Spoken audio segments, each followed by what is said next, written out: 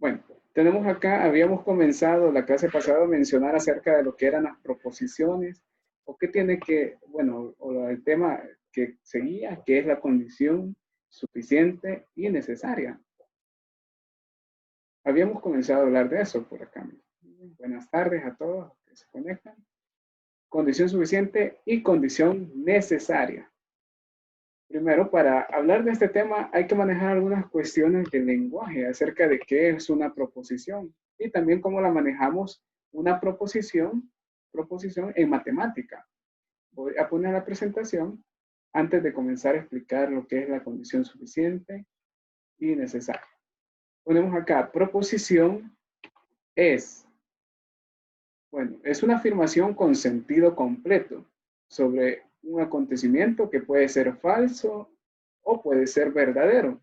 Y por acá teníamos unos ejemplos que medio comentamos en la clase pasada. Y este primer ejemplo dice, la Tierra es plana. Es una afirmación, no es una pregunta, no tiene duda, solamente afirma, lo cual nosotros podemos considerar como falso y verdadero. A eso nos referimos como una proposición. Y es una proposición simple. Solo decimos o aseveramos algo. Decimos la Tierra es plana. Falso o verdadero, ya sabemos nosotros qué es. Falso. La pared es azul. Puede ser tanto falso o verdadero dependiendo del caso. Esa caja es de madera. Es una afirmación. Esta puede ser falsa o puede ser verdadera también. Son las 3 de la tarde con 26 minutos. Es otra afirmación que también puede ser falsa o verdadera, dependiendo la hora en que estemos.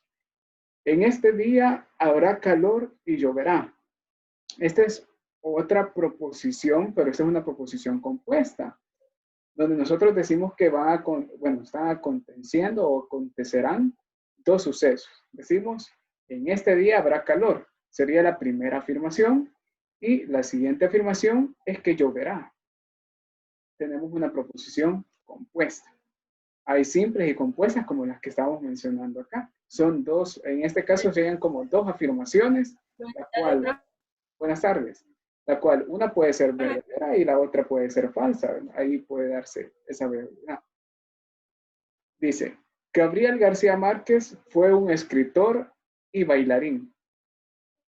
Puede ser, tenemos acá dos afirmaciones, una que fue escritor y la otra que fue bailarín. Es una proposición compuesta. Y este es otro caso especial de las proposiciones compuestas, esta que dice acá. Si hoy es sábado, mañana es domingo. Pensemos, si decimos esto sábado, si hoy es sábado, sería una proposición verdadera. Y que si se cumple, se estaría cumpliendo la otra proposición simple, que mañana es domingo. Este es otro ejemplo de proposición compuesta. Es cuando interviene el sí y el entonces. A eso nos referimos con proposiciones. Una afirmación que puede ser falsa o verdadera. Veamos. Y aquí adelanto.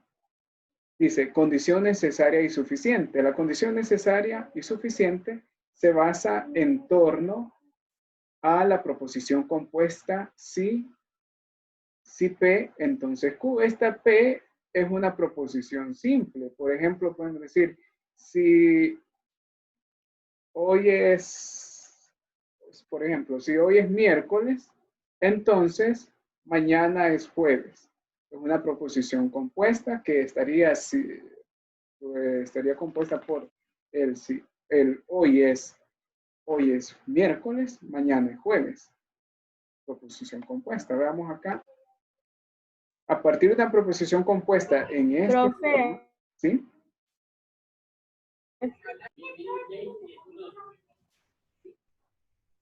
¿Sí? ¿En qué página estamos?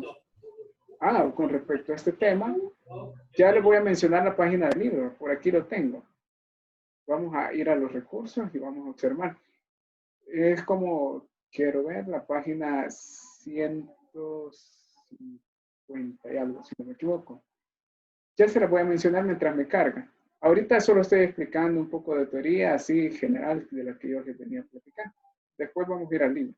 mientras me cargo. Ya les voy a comentar por ahí, voy a volver a poner la presentación. Bueno, decíamos proposición es, y teníamos los ejemplos de proposiciones. En matemática vamos a usar mucho esta proposición lógica, la de si P, entonces Q, si pasa algo, entonces sucede otra cosa.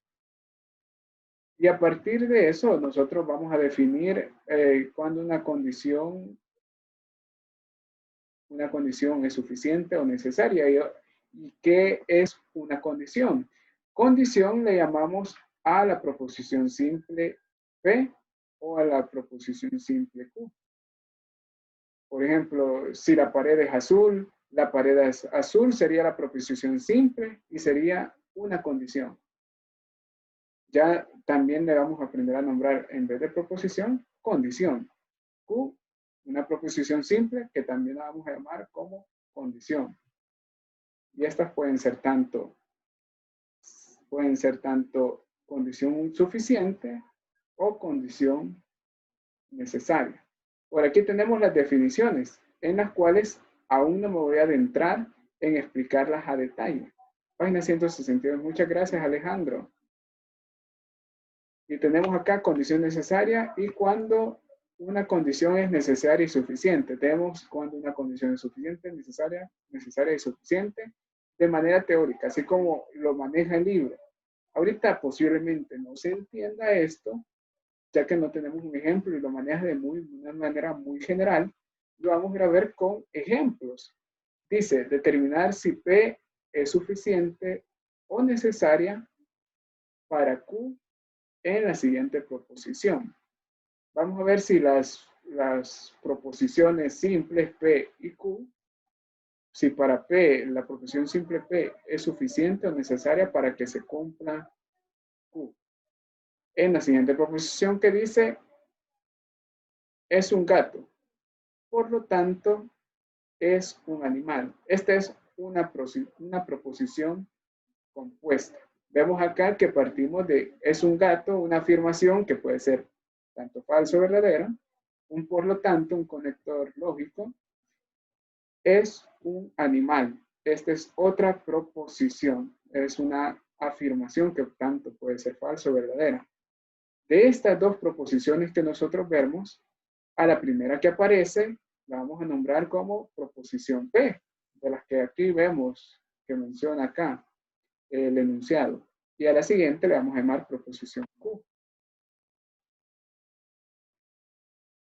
Veamos, aquí vemos arriba otra vez la proposición compuesta. Es un gato, por lo tanto, es un animal. Para determinar si este es un gato, la proposición inicial es suficiente y necesaria para la proposición 2, que dice que es un animal. Para determinar si es necesario y suficiente, vamos a seguir los siguientes pasos. Y ya voy a ir explicando qué significa suficiente y necesaria a la vez. Bueno, vamos aquí. Dice, primero vamos a ir así, paso a paso, determinamos las proposiciones simples. Ya yo ya la había mencionado. Dice acá, es un gato, es la primera proposición simple en esta oración. Por lo tanto, P va a significar es un gato. Q es la siguiente proposición que dice es un animal. Entonces, Q es un animal. Eso representaría para evitar, bueno, para hacer más abreviada la escritura.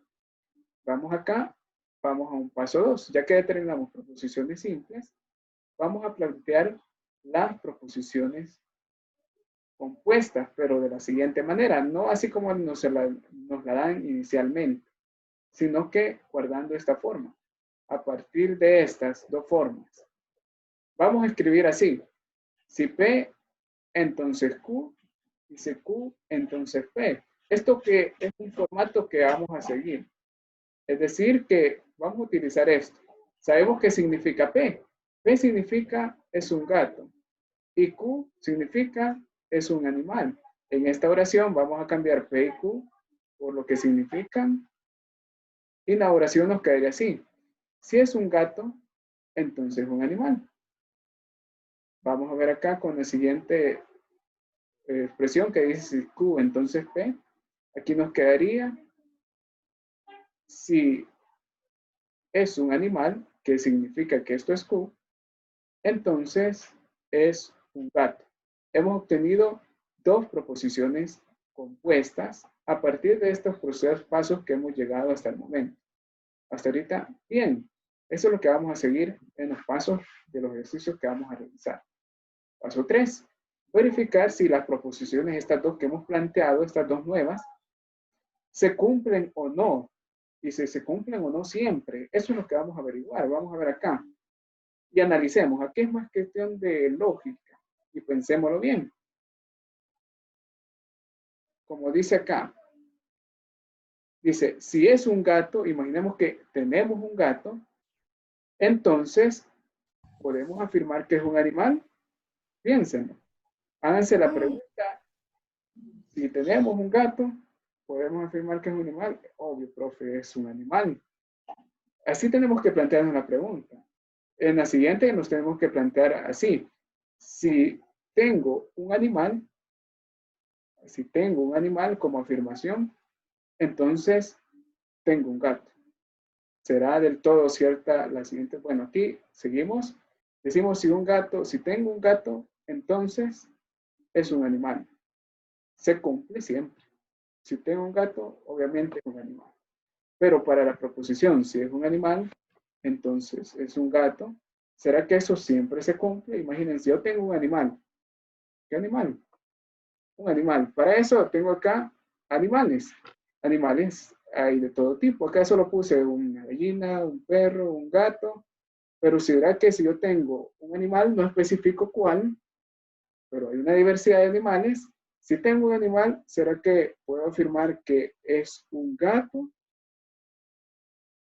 Pues no puedo afirmar exactamente que tengo un gato. Sí, puede ser que tenga un animal, pero no puedo decir que es un gato. Por tanto, la proposición compuesta 2 que nos planteamos no siempre se cumple. Esto va a suceder a veces no. Bueno, ya que hemos planteado eso, analizado, seguimos la parte de concluir. El análisis es corto.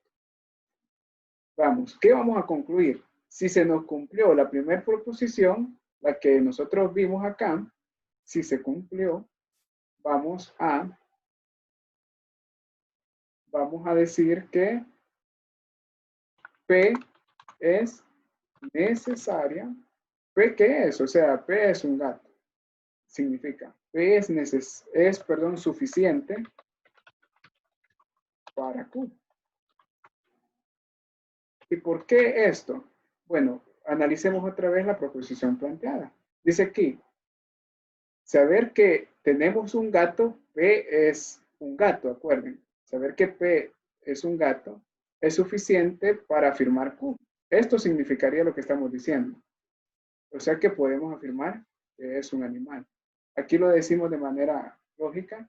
Entonces yo puedo decir que tener un gato es suficiente para afirmar que es un animal, para este ejemplo.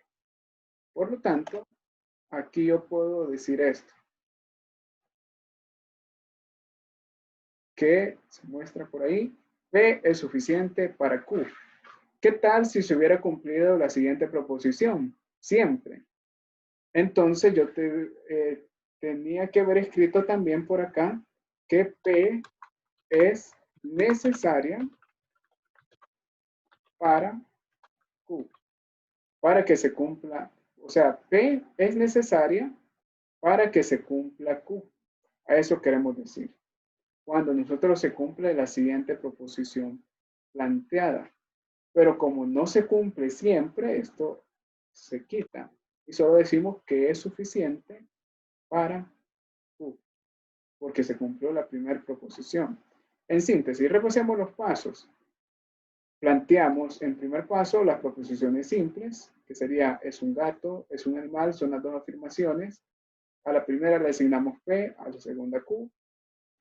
Paso 2, planteamos siempre estas dos proposiciones. Si P, entonces Q. Si Q, entonces P. Las planteamos a partir de las proposiciones simples. Y cambiamos P y Q por lo que significan aquí en nuestro ejemplo. como dice, si P, como P es un gato, quedaría como si es un gato, coma, entonces Q. Q es un animal. Y quedaría la oración así. Si es un gato, entonces es un animal. Para la siguiente es al revés. Si es un animal, entonces es un gato. Tendríamos las dos proposiciones simples, las cuales tendríamos que averiguar si se cumplen o no siempre. Para el primer caso sí, el segundo caso en este ejemplo no. Si se cumple la primera proposición planteada, decimos que P es suficiente para Q. Si no se cumple la segunda, no escribimos nada, pero si se hubiese cumplido, hubiéramos escrito P es suficiente para Q y P es necesaria para Q. Habíamos escrito dos afirmaciones finales. Eso es lo que concluimos. Veamos otros ejemplos. Ahorita lo estamos viendo en un ejemplo fuera de la matemática. Vamos a seguirlo viendo de la misma manera. Veamos por aquí, tengo el documento. Un documento donde yo les había compartido ya anteriormente este ejemplo, solo que no se los había explicado yo así verbalmente. Vamos a ver un ejemplo 2. Dice acá, llegar a la final del mundial implica ganarla. Llegar a la final del mundial. Por acá tenemos la primera proposición simple, llegar a la final.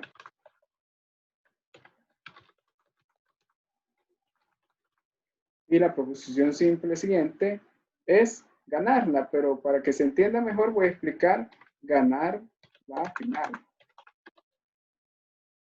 Aquí tendría mis primeras dos proposiciones simples como el paso 1. Y aquí, a partir de estos dos formatos, si P, entonces Q, si Q, entonces P, voy a escribir.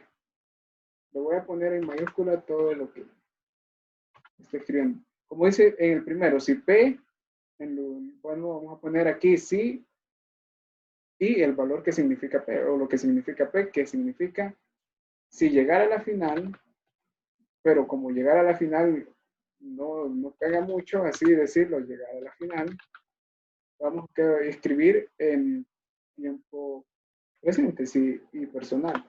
Si llego a la final, vamos a escribir así, para que se entienda mejor la oración. Si llego a la final, entonces Q. Q significa gano la final. Y por acá ponemos en la siguiente si Q, entonces P. Si Q significa gano la final, entonces P significa llego a la final. O he llegado, porque tiene más sentido que lo que íbamos en pasado.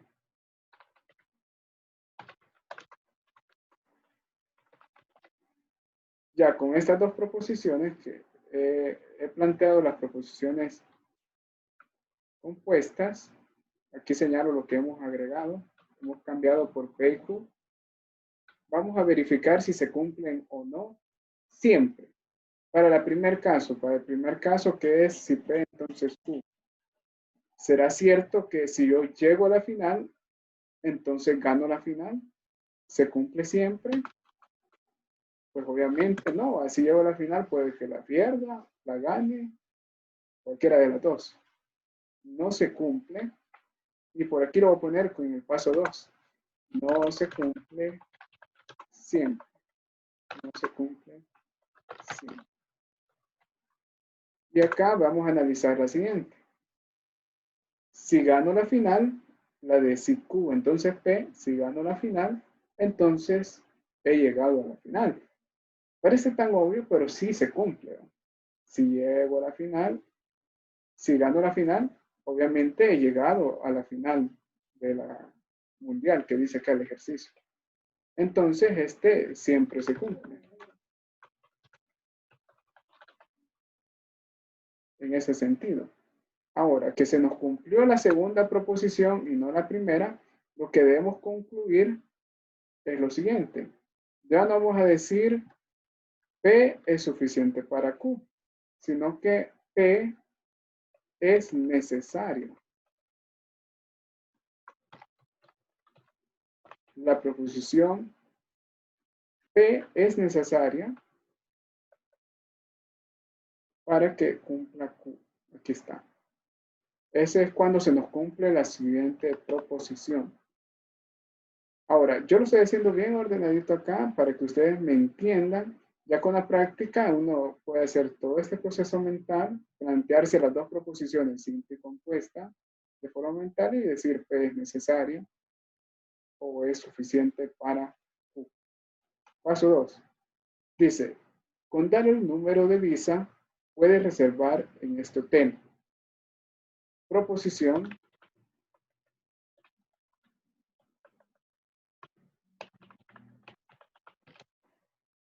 P. Vamos a poner acá P. Voy a poner P.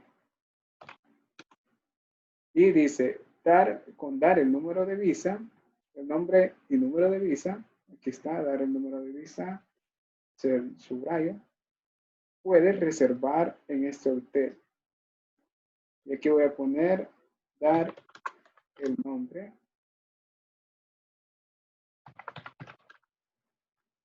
y número de visa.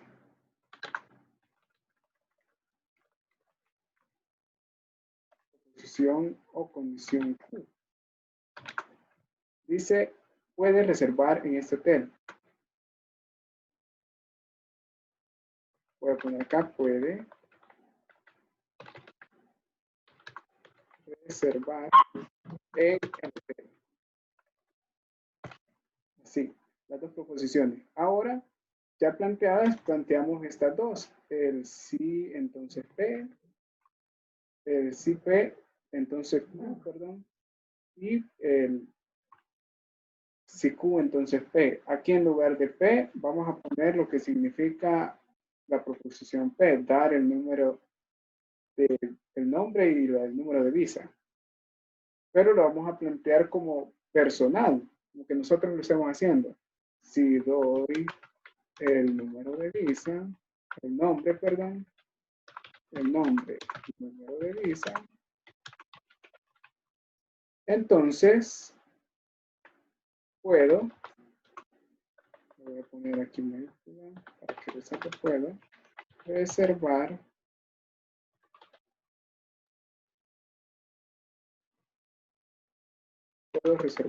en el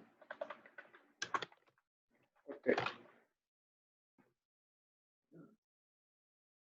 Así. Y acá estaría ya la primera proposición compuesta. Y aquí la otra. Y le damos como ese sentido personal. Vamos a ver la otra. Dice, ya sabemos que es Q, puede reservar en este hotel. Sí, reservo, le voy a poner acá y voy a eliminar el de puedes, ya que lo estamos pintando así, sí, reservo en el hotel.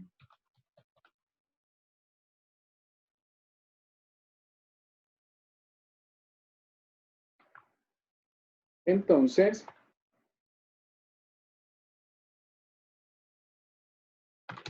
he dado y le doy el sentido también de pasado para que tenga sentido la oración que estamos planteando.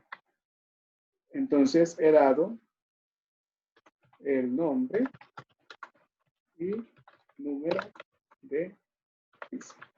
Tengo que darle este sentido. Acá la oración no solamente es unir, dar el nombre, si dar el nombre y número de visa, hay que darle el sentido personal y con problemas y con los sentidos del tiempo también.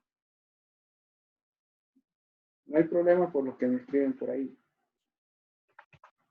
Bueno, dado esto ya la oración, ya que me las planteé bien estas dos oraciones, que yo las entienda, las analizamos y se cumplen siempre. Si doy el nombre y número de visa, veamos acá lo que dice, con dar el número de visa, puede reservar en este hotel. Si doy el número, doy mi nombre y número de visa, entonces puedo reservar en el hotel. Será, según lo que dice la oración, es la información que necesitamos para reservar. Obvio, si doy esto, sí puedo reservar en el hotel. Obviamente se cumple. Pero si yo reservo en el hotel, entonces he dado el número de visa. Obviamente esta también se cumple.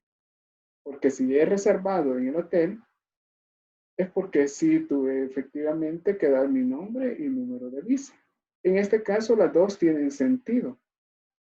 Las dos tienen sentido. Depende del contexto o el problema que se esté tratando en la oración. Como las dos tienen sentido a la hora de concluir, yo voy a decir, P es suficiente, dado que la primera condición que me planteé se cumplió, puedo escribir que P es suficiente,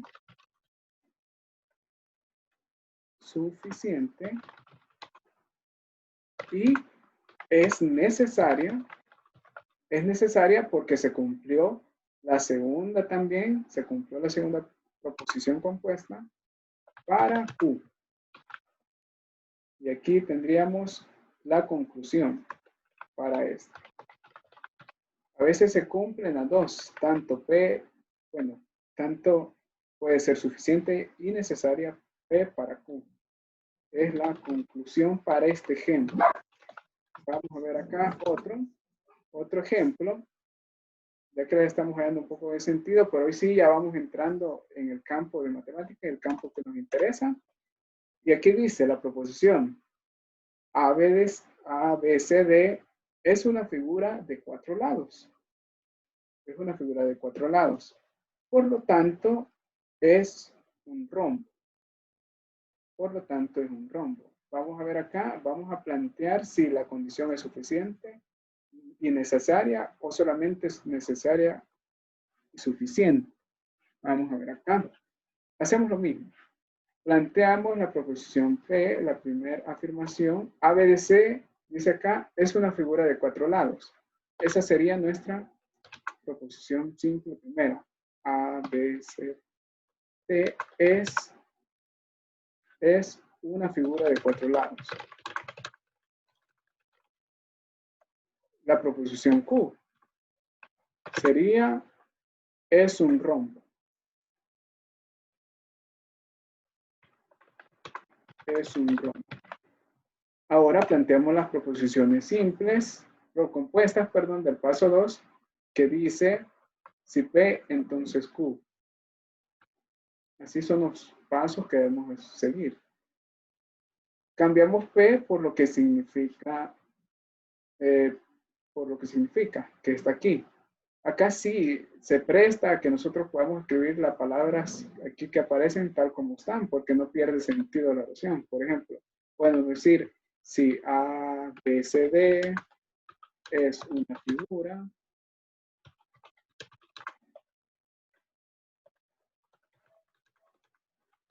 de 4 lados, entonces es un rombo.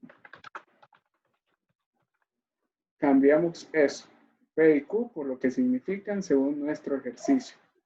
Lo voy a señalar acá lo que hemos cambiado o agregado en esas proposiciones. Y aquí hacemos lo mismo. Como dice, si Q, y Q significa es un rombo, voy a cambiar Q, pongo es un rombo, cambio P, por lo que significa que es ABCD es una figura de 4 lados.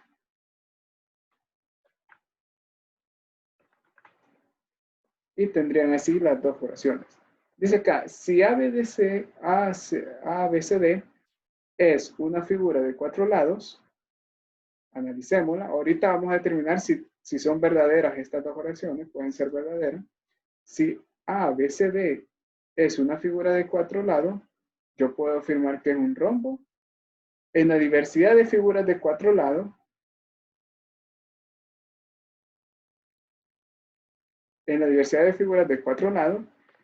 puedo ver que no solamente las figuras de 4 lados son rombos, hay cuadrados, hay rectángulos, que hay otras también ahí. Y si yo tengo una figura de 4 lados, no puedo asegurar que sea un rombo. Por ejemplo, yo puedo tener en mis manos dibujado una figura de 4 lados.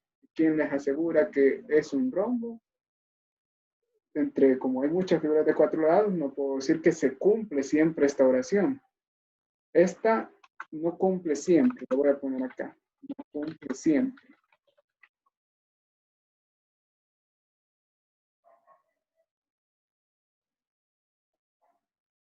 Y por acá, a la otra la vamos a analizar de la misma manera. Si es un rombo, entonces ABCD es una figura de 4 lados. ¿Será que esta sí se cumple siempre? Ahora pensemos del otro lado. Si en mis manos yo me he dibujado un rombo, yo puedo afirmar que ese rombo que tiene por vértices ABCD es una figura de 4 lados. Ahí sí se cumple siempre, porque un rombo es una figura de 4 lados. Cumple siempre. ¿Qué podemos concluir al respecto de este ejercicio? Si se cumple, me ponen por ahí. Dado que esta se cumple, la de arriba no, como se cumplió la segunda, podemos concluir que P es necesaria para Q. Eso es lo único que puedo decir en conclusión. Más no que P es suficiente para Q. Porque por la primera proposición, que aquí decimos si P y P es esto, P no es suficiente para decir que la figura que tengo es un rombo. Por eso es que no puedo afirmar la primera, decir que P es suficiente para Q. Pero sí la segunda, que es necesaria, que P es necesaria para Q. Así es como lo vamos haciendo ya en los ejemplos matemáticos. Por ejemplo, acá dice la siguiente proposición. ABC es isósceles, por lo tanto, es triángulo rectángulo. Hay triángulos isósceles que pueden ser triángulos rectángulos. Yo les mencionaba en una clase que se podían cumplir ambas características a la vez. Pero hoy lo vamos a analizar así. Si es suficiente tener que el triángulo es isósceles, es suficiente saber esto para afirmar que es triángulo rectángulo, o será necesario esta información para decir que Q se cumple. Veamos. Y se hace lo mismo. Ya estamos terminando. Solamente lo voy a hacer de manera rápida. Aquí son los mismos pasos.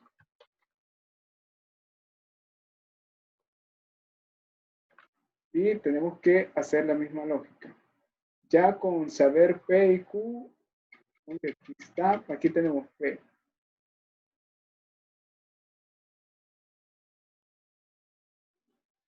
¿Dónde se me fue esto? El problema, aquí está. Aquí está, aquí está.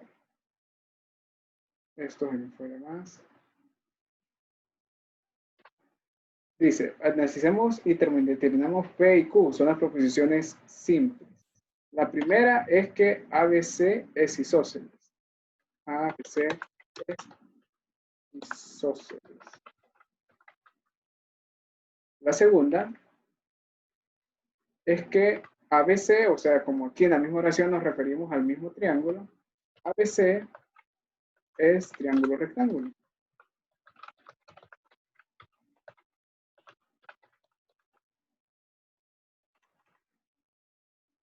Ahora, dadas las proposiciones, cambiamos. P, así como teníamos por aquí, escribimos estas dos proposiciones. Aquí están, por aquí arriba. Aquí están. Escribimos este formato, si P entonces Q, y si Q entonces P. Aquí está, aquí sigo el ejercicio. Si P entonces Q, tendría que escribir acá en lugar de P, si ABC es isósceles, entonces Q, y Q significa ABC es triángulo rectángulo. Y vamos a verificar si se cumple o no. Y acá, en lugar de Q, ABC es triángulo y rectángulo, y al revés, ABC es isósceles. Para la primera, si ABC es isósceles, entonces ABC es un rectángulo. Con saber que un triángulo es isósceles, yo no puedo afirmar que sea un triángulo rectángulo. Los triángulos rectángulos, ya esto es de una clase pasada. Vamos a ver acá. Un triángulo isósceles puede ser de la siguiente manera. Por ejemplo, no quedó tan igual, de dos lados. Puede ser algo así. Tiene dos lados igualitos. Y por aquí podría existir un triángulo que tenga un ángulo de 90 grados. Por ejemplo, acá puede tener un ángulo recto, 90. Puede existir, pero no todos los triángulos isósceles son así. Hay unos que son más alargaditos, como este, y obviamente aquí no hay un ángulo de 90, ni aquí tampoco, ni aquí, a pesar de que tenga dos lados iguales. Entonces, con saber que un triángulo es isósceles, no es suficiente para afirmar que sea triángulo rectángulo. Por tanto, aquí no cumple siempre.